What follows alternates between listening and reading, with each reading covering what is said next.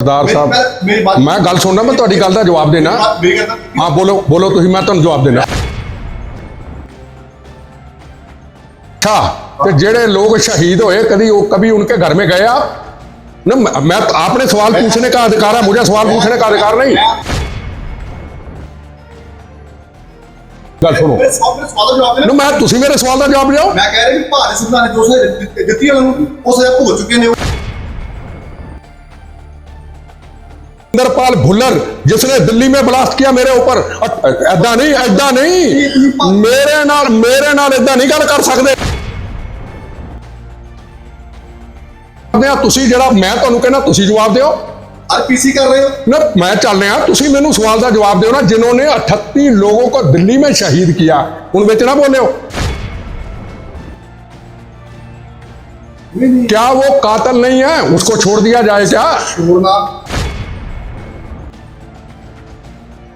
सुनो, उसको आप बंदी सिख कहोगे या मौत के सौदागर कहोगे? मैं आपको सवाल पूछना चाहता हूं। अरे मैं आपको सवाल पूछता, मैं वो बात नहीं कर रहा, मैं बात कर रहा हूं। अरे आप वो बात नहीं कर रहे, मैं आप मौत के सौदागर कहोगे या नहीं कहोगे? जिन्होंने बहनों के सुहागों को उजाड़ा, बच्चों को यतीम किया, ट्रेनों से निकाल करके बेगुनाह लोगों का मौत के सौदागर कहोगे या बंदी सिख कहोगे? आप एक पत्रकार हो, जवाब दो।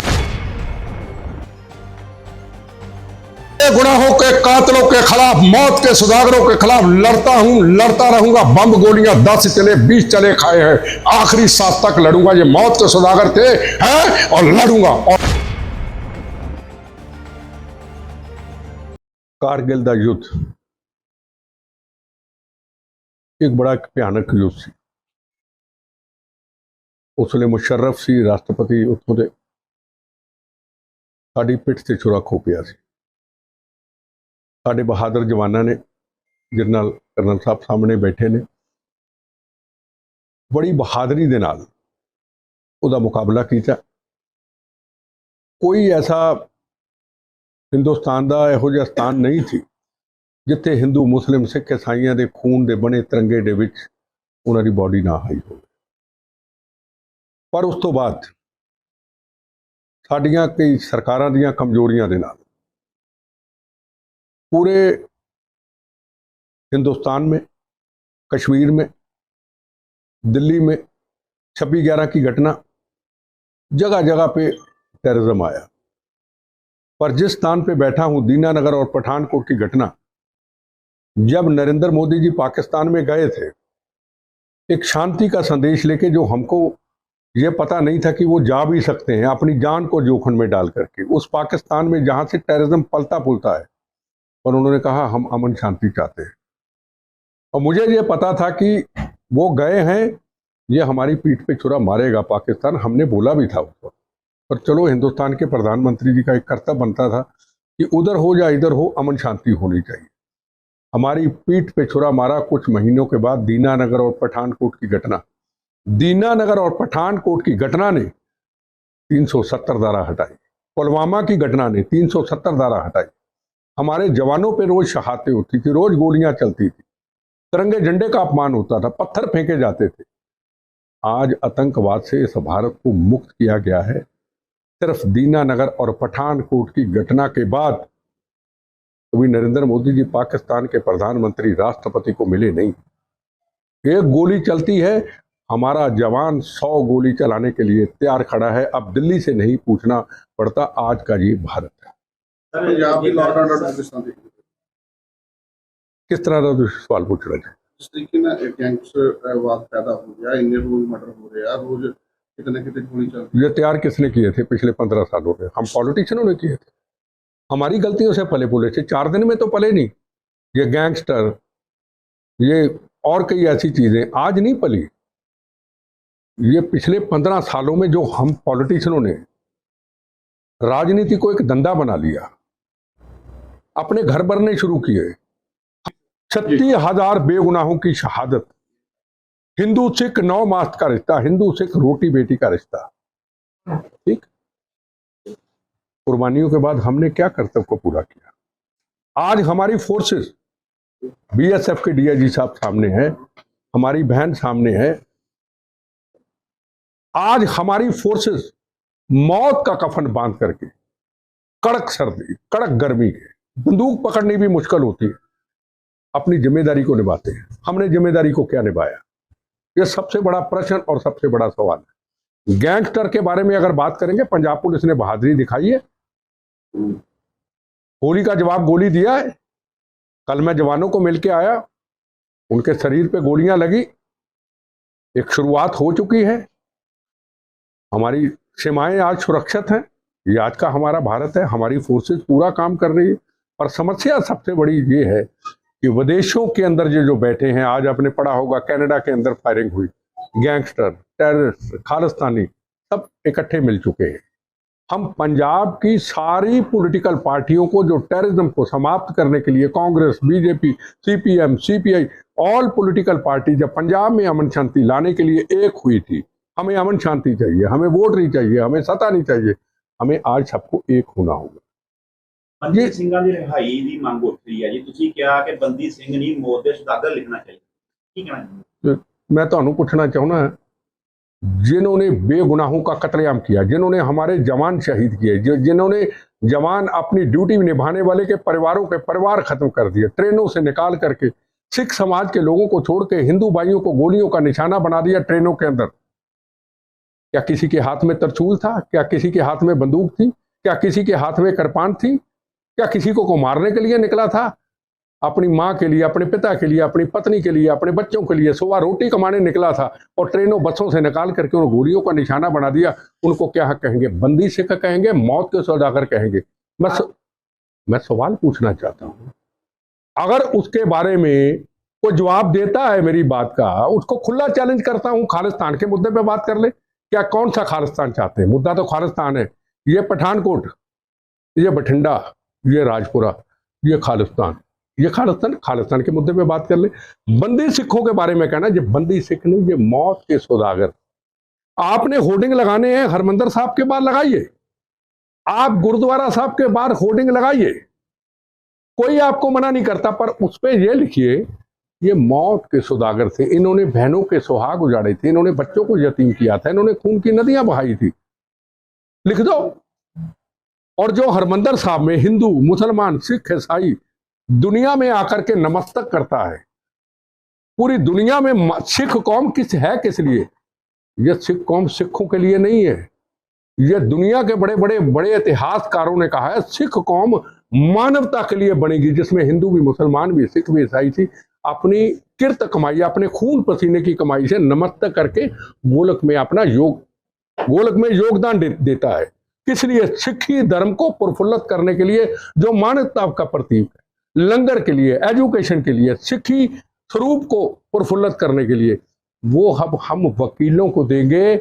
मौत के सौदागरों को बचाने के लिए 1 घंटे की फीस लेता है वकील, 20 लाख आपके खून पसीने का पैसा। इसको क्या कहोगे? बंदी सिख।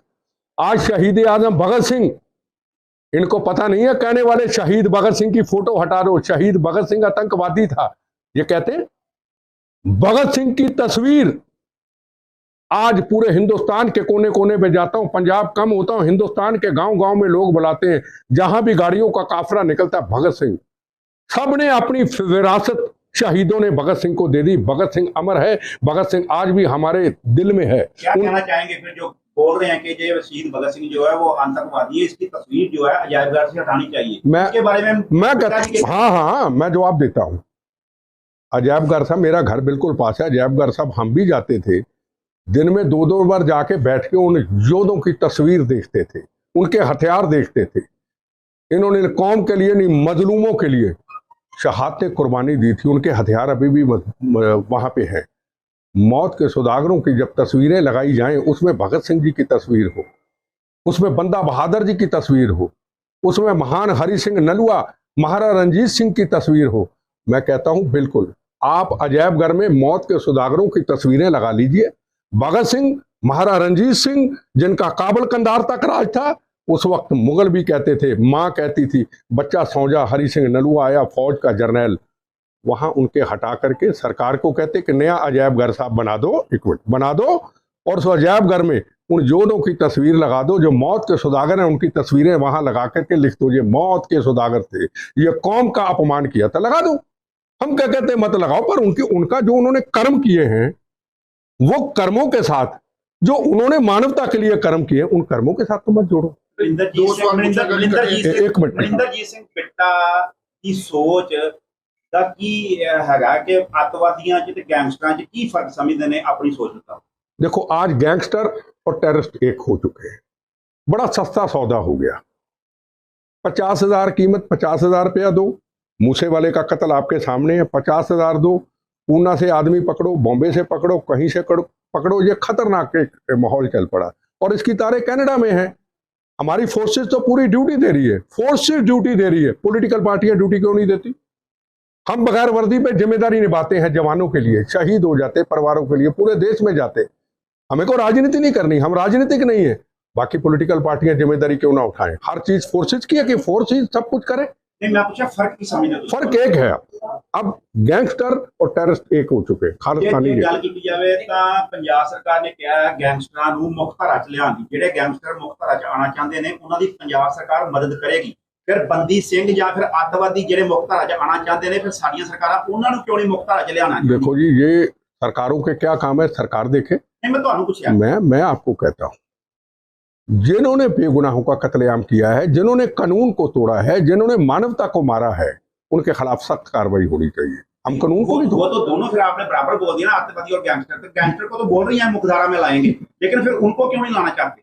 देखो, मैं आपको फिर कहूं, कानून अपना काम करे। जिन्होंने बेगुनाहों का कत्लेआम किया है, जिन्होंने बहन के सुहागों को उजाड़ा है, उनको सजाएं मिलनी चाहिए। सजा नहीं दोगे तो फिर और बनते जाएंगे। बेटा जी, कानून ने तो अपना काम किया है। बाकी से सालों से जेल में बंद पड़े हैं। जो भारतीय संविधान ने सजा दी है उनको, वो सजा भुगत चुके हैं। सजा भुगतने के बाद भी सरदार साहब मेरी बात मैं गल सुनना, मैं तुम्हारी गल का जवाब देना। हाँ, बोलो तुम, मैं तुम जवाब देना। मैं कह रहा कि वो सजा भुगतने के बाद जेल के अंदर बंद ने, ये राइट नहीं बनता जेल तो रिहा। अच्छा, तो जेड़े लोग शहीद हुए, कभी उनके घर में गए आप?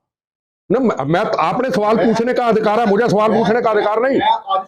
मैं आज शहीद, ये जो शहीद हुए आज, सरदार साहब मेरी बात गल सुनो, मैं तुसी मेरे सवाल का जवाब दो। मैं कह रहा भी भारत संविधान ने जो सजा दी है वो सजा भुगत चुके हैं। कड़ी भारत ने सजा दी भुगत चुके। दविंदरपाल भुल्लर जिसने दिल्ली में ब्लास्ट किया मेरे ऊपर, ऐदा नहीं मेरे नाल ऐदा नहीं गल कर सकते। मेरे नाल जे तुसी नछदा कह रहे, मैं खालिस्तान जिंदाबाद तुसी कह रहे हो, फिर मैं तुहाडी कोई नौकरी करदा जवाब दें? तुसी जेड़ा मैं तुहानू कहना तुसी जवाब दिओ। पीसी कर रहे हो ना, मैं चल रहा, तुसी मैनू सवाल का जवाब दिओ ना। जिन्होंने 38 लोगों को दिल्ली में शहीद किया, उन विच ना बोले हो। बेगुनाह लोगों को मार दिया है ना, उसके लिए दविंदरपाल भुल्लर को फांसी की सजा हो जाती है, ठीक है ना। उसके बाद सारी पॉलिटिकल पार्टियां उनको बचा देती हैं। क्या वो क्या है, कातिल नहीं है? क्या वो कातिल नहीं है? उसको छोड़ दिया जाए क्या? छोड़ना या रखना हाँ, उनका काम है ना। कानून ने तो अपना काम किया ना। कौन सा कानून का काम किया? नहीं, आप जो भारतीय संविधान है, भारतीय कानून, उसको नहीं मानते आप? क्या आप क्या कहना चाहते मैं हैं? कह रहा हूँ, आप किया, ठीक है, गुनाह किया उन्होंने, निर्दोष लोगों को मारा, उन्होंने मारा। भारतीय संविधान ने सजा दी उनको। क्यों?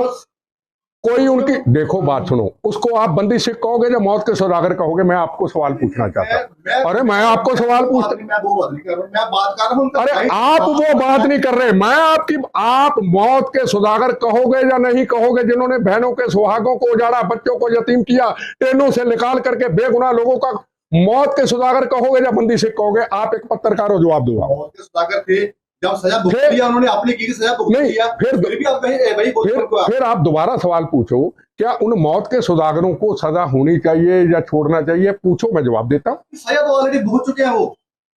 कौन सजा? वो तो सजा के बाद जेल में बंद है ना। मतलब तो ये इस बात क्या है, उसको जबरदस्ती बंद करके रखा है। हाँ तो है, ऐसा ही है ना, ऐसा ही है। इसी की बात आप किसी शहीद परिवार के घर गए हैं जिनको शहीद किया? आप कभी गए हैं? शहीदों के प्रोग्राम पे आए हूँ। अरे आप प्रोग्राम पे आए तो सवाल पूछ रहे, कारगिल का सवाल पूछो ना। अरे कारगिल के शहीदों का सवाल पूछो ना। दीनानगर में जो शहीद हुए उनका सवाल पूछो ना। ये बंदी सिख कहां से आ गए? एक मिनट, ना ना पाजी, ना ना ना ना ना ना ना ना ना, एक मिनट ठहर यार, ना सवाल का जवाब दूंगा, ठोक के दूंगा इनको। ना ना जवाब तो नहीं, तुसी कारगिल ते सवाल पूछे?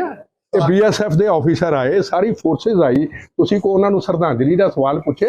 ਇਹਨਾਂ ਨੇ ਸਭ ਤੋਂ ਪਹਿਲਾਂ ਇਹਨਾਂ ਨੇ ਆके आप आके चढ़ गए बंदी सिख, ज्यादा हमदर्दी है मौत के सौदागरों की। माँ का सुनो मेरी गल, और मेरी सुनो ना, बेगुनाहों के कातलों के खिलाफ, मौत के सौदागरों के खिलाफ लड़ता हूं, लड़ता रहूंगा। बम गोलियां 10 चले 20 चले खाए हैं, आखिरी सांस तक लड़ूंगा। ये मौत के सौदागर थे हैं और लड़ूंगा। और पूछ लो सवाल, ਹੁਣ ਸਾਈਡ ਤੇ ਹੋ ਜਾਓ ਤੁਸੀਂ। ਇੱਕ ਮਿੰਟ ਠਹਿਰ ਜਾ ਯਾਰ। ਤੁਸੀਂ ਹੁਣ ਇਸ ਸਿੱਖ ਧਰਮ ਦੀ ਬੜੀ ਤਾਰੀਫ ਕੀਤੀ, ਆਪਾਂ ਵੀ ਉਸ ਗੱਲ ਨੂੰ ਸਮਝਦੇ ਹਾਂ ਕਿ ਸਿੱਖ ਕੌਮ ਬਣੇ ਕਦ ਲਈ ਸਿੱਖਾਂ ਦੀ ਸਿਰਮੌਰ ਸੰਸਥਾ ਜਿਹਨੂੰ SGPC ਕਿਹਾ ਜਾਂਦਾ। ਜਦੋਂ ਅਕਾਲ ਤਖਤ ਸਾਹਿਬ ਦੇ ਜਥੇਦਾਰ ਵੀ ਉੱਠ ਕੇ ਗੱਲ ਕਹਿੰਦੇ ਆ, ਉਹਨਾਂ ਦੇ ਕੇਸ ਲੜਨ ਦੀ ਗੱਲ ਕਰਦੇ ਆ ਜਾਂ ਫਿਰ ਬੰਦੀ ਸਿੰਘਾਂ ਦੀ ਰਿਹਾਈ ਦੀ ਗੱਲ ਕਰਦੇ ਆ, ਉੱਥੇ ਫਿਰ ਕੀ ਸਟੈਂਡ ਰਹਿ ਜਾਂਦਾ ਕੌਮ ਦਾ ਤੇ ਤੁਹਾਡੇ ਲਈ? देखो एक बात सुनो, अकाल तख्त के जथेदार साहब हमारे सिर के ताज है, हमारी कौम के ताज है, हम उनके पैरों की मिट्टी भी नहीं है, ठीक है ना।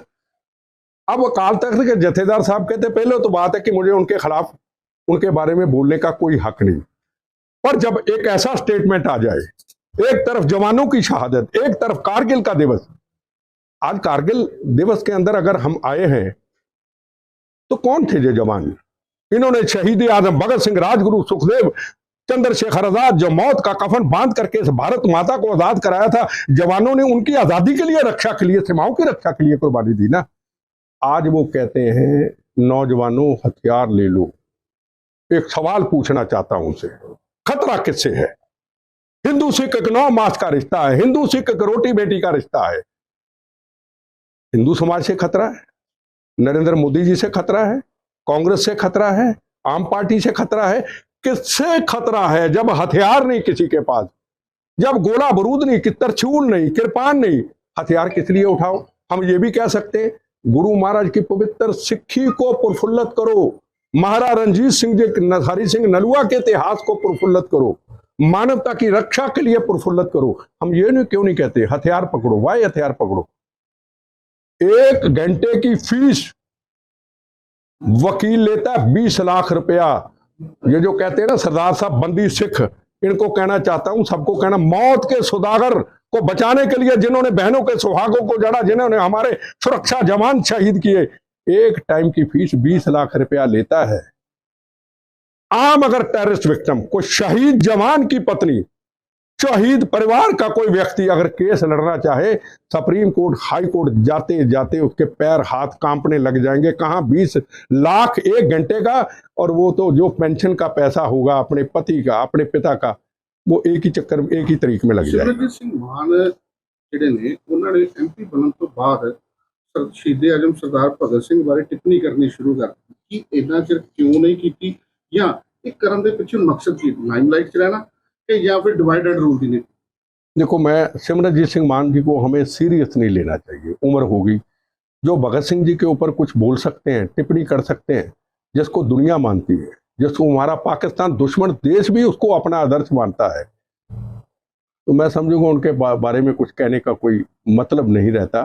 पर हाँ, उनके कुछ लोगों ने, मैं आज अखबार में पढ़ा कि हरमंदर साहब में सेक्रेटरी साहब को कोई एक लेटर दिया है कि भगत सिंह जी की तस्वीर हटाई जाए। मैं कहता हूं तस्वीर हटा लो, तस्वीर महाराज रणजीत सिंह जी की भी हटा लो, तस्वीर जोधों की हटा के सरकार एक अलग अजैब घर साहब बना दे, उसमें लगा ले, और जहां बेगुनाहों के कातलों की मौत के सौदागरों को लिख करके, ये मौत के सौदागर थे, हमारे सबके खून पसीने की किरत कमाई का पैसा जो लंगर के लिए, जो सिक्खी समाज को प्रफुल्लित करने के लिए लिया गया, वो इनके लिए लगाया जाता। लिख दो, लगा दो। सरदार भगत सिंह नौजवान पीढ़ी के रोल मॉडल है। ਜਦੋਂ ਕੋਈ ਵੀ ਵਿਅਕਤੀ ਸ਼ਹੀਦ ਆਜ਼ਮ ਸਰਦਾਰ ਭਗਤ ਸਿੰਘ ਵਰਗੀ ਪੱਗ ਵੀ ਬੰਨ ਲੈਂਦਾ ਤੇ ਉਹਨੂੰ ਅੰਦਰੋਂ ਇੱਕ ਭਾਵਨਾ ਜਾਗ ਜਾਂਦੀ। ਬਿਲਕੁਲ ਜੀ।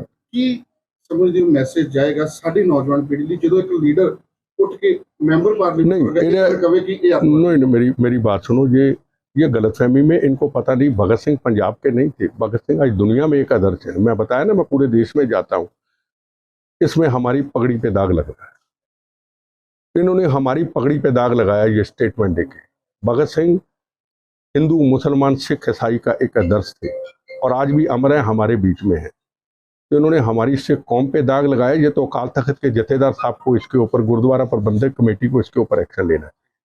ਲਾਈਵ ਪੰਜਾਬੀ ਟੀਵੀ ਤੁਹਾਡੇ ਵੱਲੋਂ ਦਿੱਤੇ ਪਿਆਰ ਲਈ ਦਿਲ ਦੀਆਂ ਗਹਿਰਾਈਆਂ ਤੋਂ ਤੁਹਾਡਾ ਧੰਨਵਾਦੀ ਹੈ ਕਿ ਤੁਸੀਂ ਸਾਨੂੰ ਇੰਨਾ ਪਿਆਰ ਦਿੱਤਾ। ਤੁਹਾਡੇ ਸਾਥ ਤੋਂ ਬਿਨਾਂ ਅਸੀਂ ਕੁਝ ਵੀ ਨਹੀਂ ਹਾਂ। ਸੋ YouTube ਤੇ ਸਾਡਾ ਚੈਨਲ ਸਬਸਕ੍ਰਾਈਬ ਕਰਨਾ ਨਾ ਭੁੱਲਣਾ ਤੇ ਬੈਲ ਦਾ ਬਟਨ ਜ਼ਰੂਰ ਦਬਾਉਣਾ ਤੇ ਸਾਡਾ Facebook ਪੇਜ ਵੀ ਲਾਈਕ ਕਰਨਾ ਤਾਂ ਜੋ ਤੁਹਾਨੂੰ ਅਪਡੇਟਸ ਮਿਲਦੀਆਂ ਰਹਿਣ। ਲਾਈਵ ਪੰਜਾਬੀ ਟੀਵੀ ਨੂੰ IPTV ਦੇ ਅਲੱਗ-ਅਲੱਗ ਪਲੇਟਫਾਰਮ ਤੇ ਤੁਸੀਂ ਦੇਸ਼ ਦੁਨੀਆ ਦੇ ਵਿੱਚ 24 ਘੰਟੇ ਵੇਖ ਸਕਦੇ ਹੋ।